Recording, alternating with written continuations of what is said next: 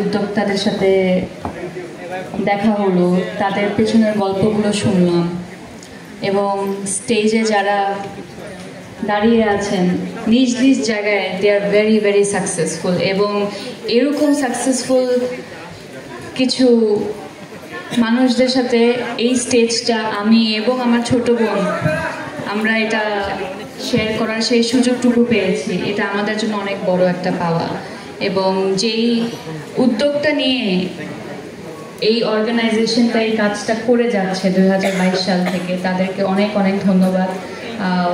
সাধারণত নারীদের নিয়ে একটু কমই ভাবা হয় এবং কিছুক্ষণ আগে একজন বললেন বৈষম্যটা আসলে বাসায় শুরু হয়। এটা কিছুটা সত্য, কারণ আমরা নিজেরাই দেখে এসেছি। আমি যদি ভুল না হয়ে থাকি হয়তো বা বাবা মায়েরাই আসলে মুরগির রানটা ছেলের জন্য রেখে দেওয়া হয় এবং অন্যান্য পিসগুলো আচ্ছা এটা মেয়েরা খাবে কিংবা মা নিজেই খাবে যেটা বেঁচে যায়। তো বৈষম্যটা আসলে এখান থেকে শুরু হয় এবং চেঞ্জটাও বাসা থেকে শুরু হতে হয়। You need to change from within.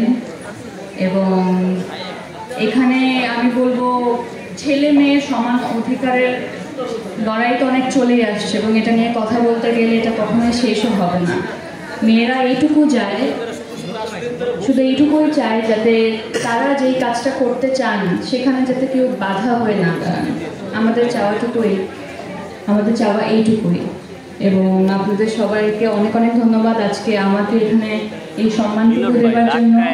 এবং আমার ছোট বোন ও ইন্ডাস্ট্রিতে মাত্র কাজ শুরু করেছে, ওকে এখানে এনে এত গুণী ব্যক্তিদের মাঝে এই অনারটুকু দেওয়ার জন্য অনেক অনেক ধন্যবাদ। আপনারা সবাই ভালো থাকবেন এবং আমার জন্য, আমার পরিবারের জন্য, আমার ছোট বোনের জন্য, সকলের জন্য দোয়া করবেন। ধন্যবাদ।